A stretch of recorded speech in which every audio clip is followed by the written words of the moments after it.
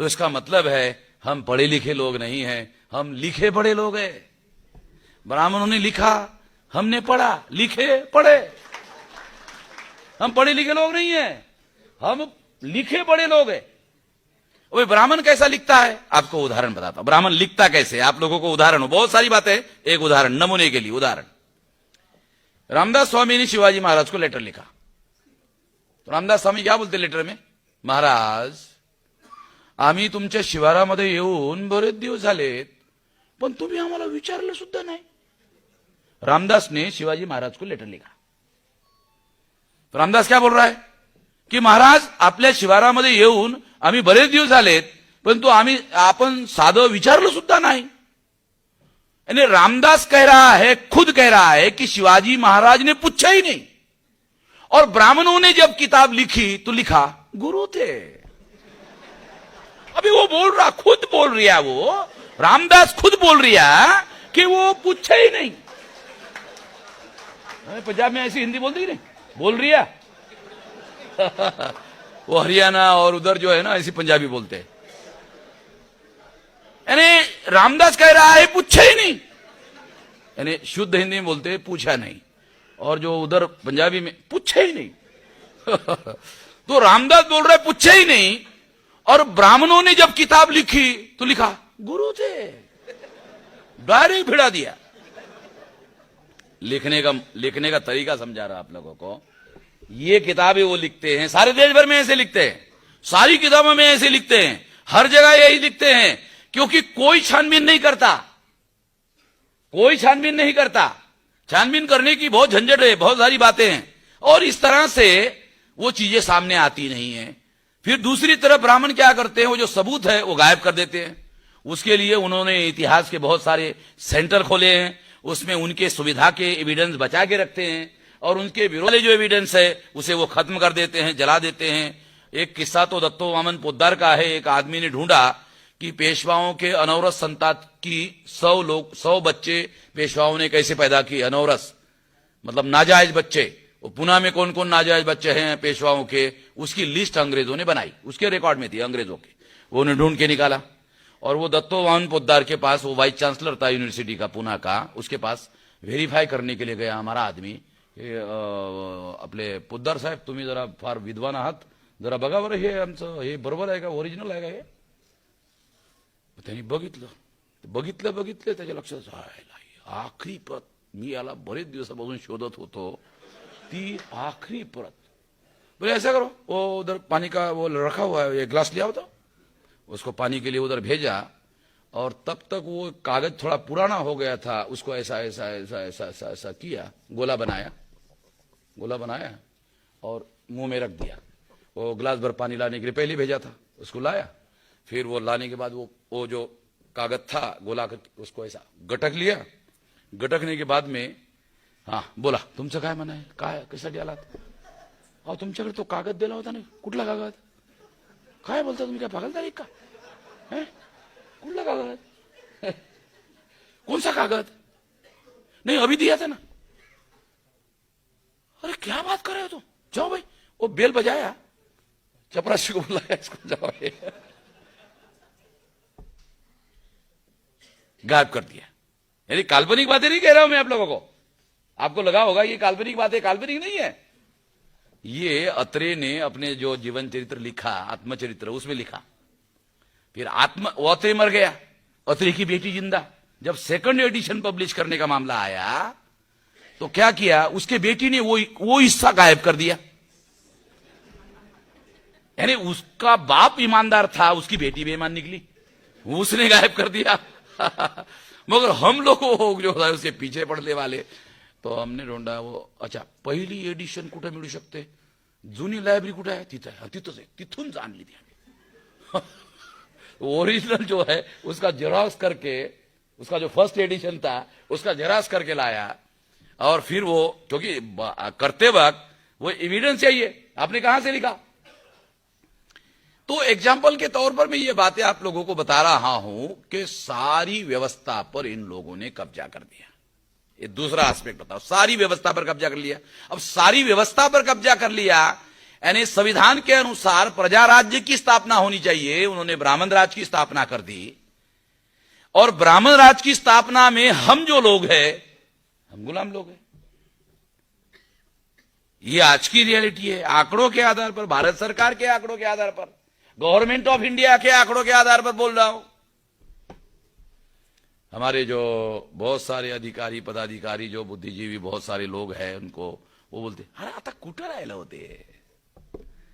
ऐसे एक deputy director आदमी था थोरात, तो उसके पास हमारे लोग गए, उन्होंने कहा, तो वो वैसे बोला कहां अभी किधर रह गया। बाद में क्या हुआ, उसके जूनियर को डायरेक्टर बनाया, वो सीनियर था फिर भी नहीं बनाया, तो वो हमारे ऑफिस में आया, बोले माझ्यावर सामाजिक अन्याय झाला। अरे तुम्ही थोरात का, तुम्ही कसं का विचारलं, तुम्ही कसं का ओळखलं, नाही तुमच्याकडे आम्ही गेलो होतो त्यावेळेस तुम्ही असं असं बोलला होता, तुम्ही आता म्हणता तुमच्यावर सामाजिक अन्याय झाला। आम्हाला नाही वाटत तुमच्यावर सामाजिक अन्याय होऊ शकते, कारण प्रश्न तो निकालाच निघाला। बाबासाहेबांनी तर घटना लिहिल्याच्या नंतरच संपलं ते सर्व। ऐसा उसने कहा था, उसके पिछवाड़े पर लात मारा उन्होंने। तो जो हमारे लोग हैं, तो भारत में आज के तारीख में जो ब्राह्मणी गुलामी है वो इतनी भयंकर है कि रूलिंग में ब्राह्मणों की पावर है, अपोजिशन में बीजेपी पावर है, थर्ड अपोजिशन कम्युनिस्टों का ब्राह्मणों का ही है, फोर्थ में ममता बनर्जी वो भी ब्राह्मणों का ही है। ये आज के आंकड़े बता रहा हूं भाई, फैक्ट, तथ्य बता रहा हूं। 368 सीटों पर आउट ऑफ 543, 368, 2/3 के लिए 362 चाहिए, 368 सीटों पर उनका कब्जा है। तो इस तरह से ये सारी व्यवस्था पर कब्जा करके उन्होंने तो हमको गुलाम बना के रखा हुआ है। मुझे तो नहीं लगता हमारे लोगों को इसके बारे में, जो एजुकेटेड लोग हैं, इंटेलेक्चुअल लोग हम कहते हैं, बुद्धिजीवी हम लोग कहते हैं। बुद्धिजीवी तो उसको कहते हैं जो बौद्धिक श्रम करके अपना जीविकोपार्जन चलाता है। मगर मुझे तो लगता है कि हमारे जो बुद्धिजीवी है वो केवल जीविकोपार्जन ही चलाते हैं और बुद्धि का इसके अलावा उपयोग करते ही नहीं है। इसलिए मैं ये मानता हूं कि अगर हम लोग वास्तव में ये ब्राह्मणी गुलामी में जितनी गुलाम भारत में ब्राह्मणों की जितनी बड़ी गुलामी थी, उससे कम से कम 100% 100 गुना ज्यादा बड़ी गुलामी आजाद भारत में उन्होंने थोप दी हमारे ऊपर। अंग्रेजों के राज में ब्राह्मणों की इतनी बड़ी गुलामी हमारे ऊपर नहीं थी। तो ज्योतिराव फुले ने ब्राह्मणों की गुलामी से आजादी का आंदोलन शुरू किया था। आज 100 गुना ज्यादा गुलामी ब्राह्मणों ने हमारे ऊपर थोप दी है। दूसरी भयानक बात, थोप दी मगर हमें पता ही नहीं है। यही सबसे इंपॉर्टेंट काम है जो बुद्धिजीवी वर्ग का, जो सामान्य आदमी को दिखाई नहीं देता, वही बात बुद्धिजीवी वर्ग को दिखनी चाहिए। और यही बुद्धिजीवी होने का सबूत है। और एक गुलामी अगर खत्म करना है तो उसके लिए बुद्धिजीवी वर्ग को पहल करना होगा, नेतृत्व करना होगा, संगठन बनाना होगा और उसके लिए बुद्धि, पैसा, हुनर, समय, श्रम देना होगा। तब जाके बड़ा संगठित आंदोलन खड़ा हो सकता है और तब जाकर के ये गुलामी खत्म हो सकती है। संगठित प्रयास के बगैर ये गुलामी खत्म नहीं हो सकती। इसके लिए संगठित प्रयास करना होगा, बुद्धिजीवी वर्ग ही ये कर सकता है। इसलिए हमारा प्रयास ये है कि बुद्धिजीवी वर्ग के लोगों को इस काम के लिए तैयार किया जाए। डॉक्टर, इंजीनियर, ये जो लोग हैं ये तो मेरिट के लोग होते हैं। अगर ये लोग समाज का नेतृत्व करने के लिए सामने आ जाए तो आंदोलन बहुत तेजी से हो सकता है। नहीं तो क्या होगा, अगर बुद्धिजीवी वर्ग नेतृत्व करने के लिए आगे नहीं आएगा तो समाज का बेरोजगार समाज का नेतृत्व करेगा। अगर समाज का बेरोजगार समाज का नेतृत्व करेगा तो आंदोलन को ब्रेड बटर मूवमेंट में कन्वर्ट कर देगा। आप लोगों को मालूम होगा, अब इस संगठन का नाम लेना उचित नहीं है, उन लोगों ने आंदोलन को ब्रेड बटर मूवमेंट में कन्वर्ट कर दिया था। ये उनके लिए एम्प्लॉयमेंट गारंटी स्कीम हो गई है बेरोजगार लोगों के लिए। हम लोग कंप्लेंट करते रहते बुद्धिजीवी लोग कि ये जो नेता लोग जो है बिक जाते हैं अरे भाई, वो क्यों बिक जाते हैं? क्योंकि हमने बेरोजगार लोगों को समाज का नेतृत्व करने के काम के लिए खुला छोड़ा, और हम लोग जो मेरिटोरियस लोग हैं वो ब्राह्मणों की नौकरी करने के काम में लगे हुए हैं। अगर बेहतर किस्म का मेरिट ब्राह्मणों की नौकरी करने का काम करेगा तो बेरोजगार आदमी आंदोलन का नेतृत्व करेगा, और बेरोजगार आदमी अगर आंदोलन का नेतृत्व करेगा तो आंदोलन को बेचने का काम तो जरूर करेगा ही करेगा। इसके लिए बेरोजगार आदमी जिम्मेदार नहीं है। इसके लिए निश्चित रूप से हम लोग जो हमारी जिम्मेदारी नहीं मानते हैं, नहीं समझते हैं, वो लोग जिम्मेदार है। इस कार्यक्रम के द्वारा अगर हमें ये एहसास हो जाए कि हम लोग इसके लिए जिम्मेदार है, तो उन लोगों को सामने आना चाहिए, और सामने आएंगे तो इस समस्या का समाधान किया जा सकता है। धन्यवाद।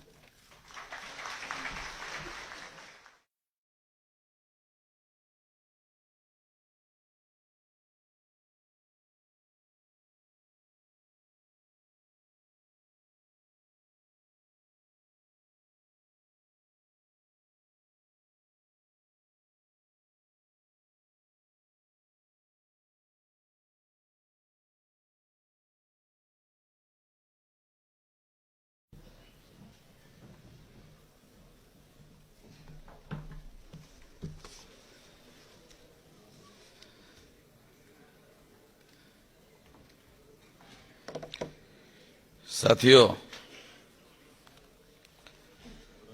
9:24 मेरे मोबाइल में हो गए हैं, और हमारे पास मैक्सिमम 10 बजे तक का समय है।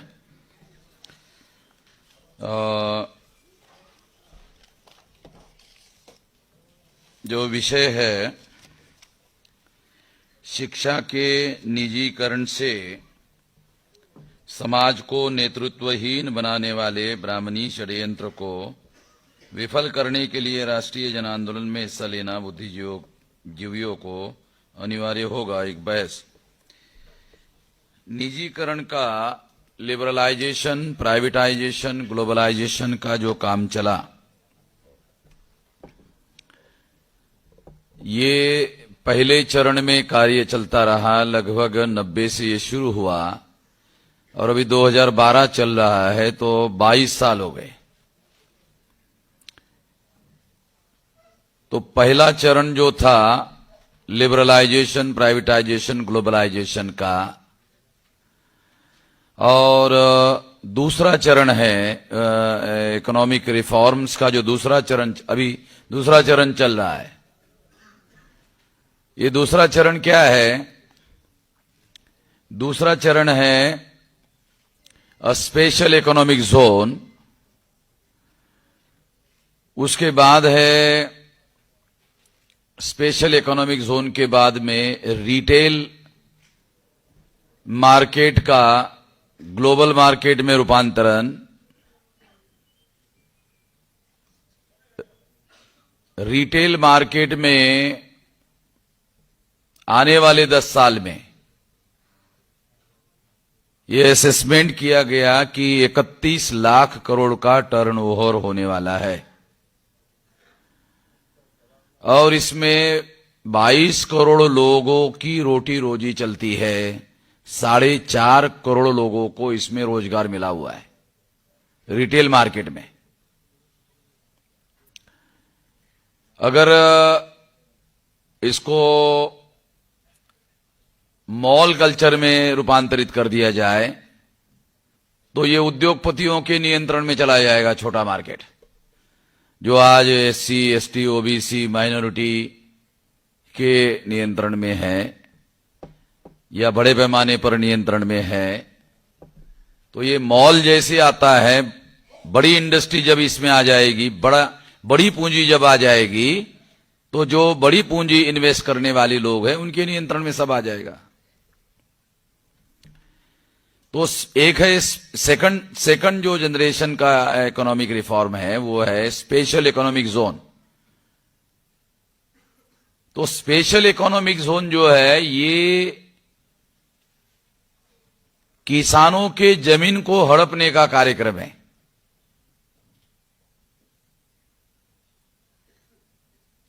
और किसान चाहे शेड्यूल कास्ट का हो, शेड्यूल ट्राइब का हो, आदिवासियों का, आदिवासियों की जमीन, एक और ये बहुत बड़ा कार्यक्रम चल रहा है कि आदिवासी जिस इलाके में रहते हैं उस इलाके के जमीन के नीचे बहुत प्रीसियस मूल्यवान धातु मिलती है। अगर वो उस जमीन को छोड़ने के लिए राजी नहीं होते हैं तो उनको नक्सलाइट मानकर इनको एनकाउंटर करके मार दिया जाता है और उनको ही नक्सलाइट घोषित कर दिया जाता है। और आदिवासियों के अंदर दहशत फैलाने के लिए यह सारा अभियान चलाया जा रहा है ताकि वो अपनी जमीन छोड़कर या प्रतिरोध करने का काम बंद कर दे। तो स्पेशल इकोनॉमिक जोन जो है आदिवासियों के एरिया में बहुत बड़ा कहर ढा रहा है। स्पेशल इकोनॉमिक जोन की वजह से समंदर के आसपास जो मछुआरे मछली पकड़ने के लिए उनके पास जमीन हुआ करती थी उस पर कब्जा किया जा रहा है। रिटेल मार्केट में जो छोटा व्यापारी हमारा है उसको खत्म करने का मामला है। और फिर उसका तीसरा मुद्दा है higher education and professional education का निजीकरण। ये तीसरा जो दूसरे चरण का कार्यक्रम है उसमें तो ये जो हायर एंड प्रोफेशनल एजुकेशन का जो मामला है ये समझने के पहले फ्री एंड कंपलसरी एजुकेशन का जो कानून इन्होंने पास किया, ये इनका जो कानून होता है उसका जो नाम होता है वो बड़ा आकर्षक होता है, फ्री एंड कंपलसरी एजुकेशन। यानी हम लोग जब टाइटल पढ़ते हैं तो हमको क्या लगता है कि साला बहुत बढ़िया कानून है, फ्री एंड कंपलसरी एजुकेशन तो बहुत बढ़िया है।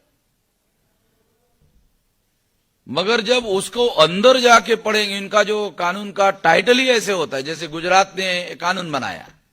क्या कानून है? कानून का नाम है धार्मिक स्वतंत्रता अधिकार। कितना अच्छा लगता है सुनने को,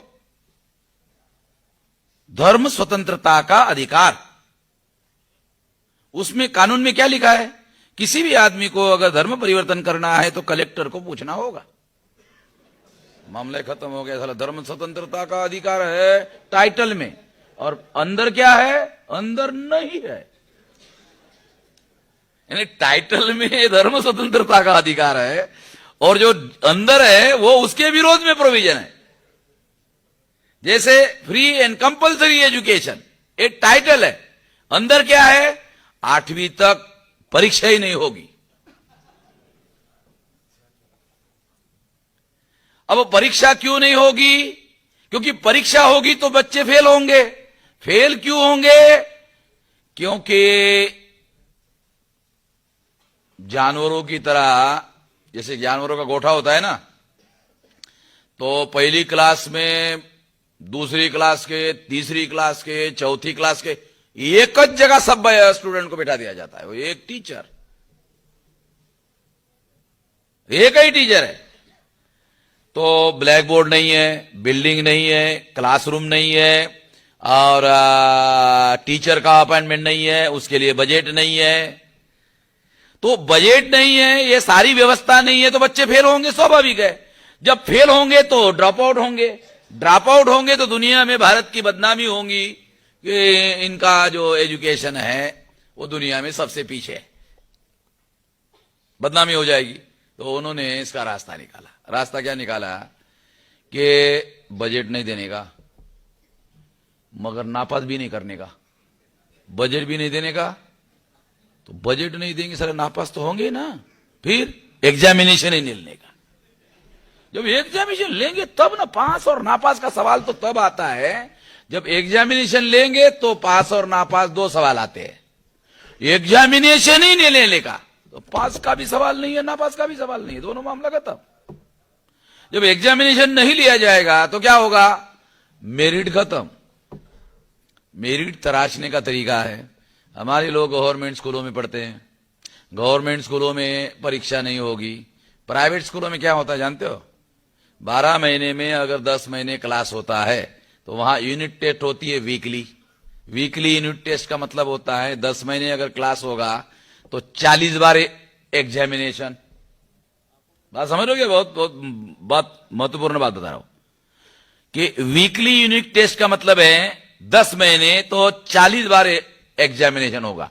जितनी बार ज्यादा एग्जामिनेशन होगा उतनी ज्यादा मेरिट तराशने का तरीका होगा। एग्जामिनेशन मेरिट को तराशने का तरीका है।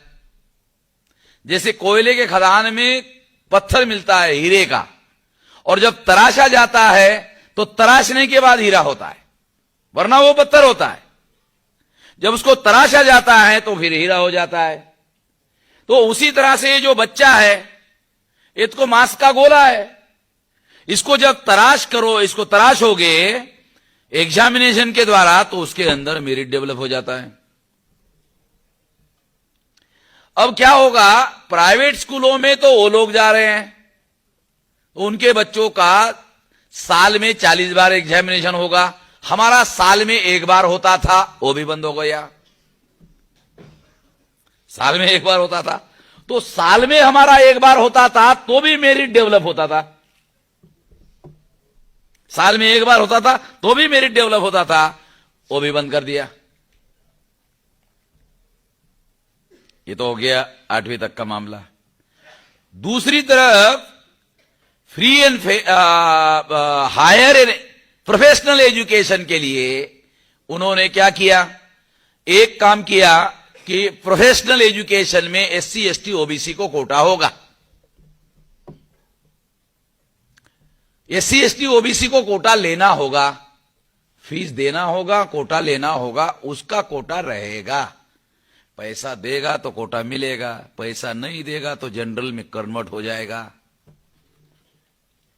इसका मतलब ये पैसा देने के बाद आपको 15% शेड्यूल कास्ट को मिलेगा, 7.5% आदिवासी को मिलेगा, 27% ओबीसी को मिलेगा।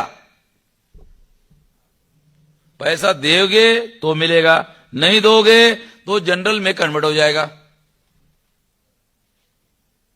तो as good as null and void कर दिया।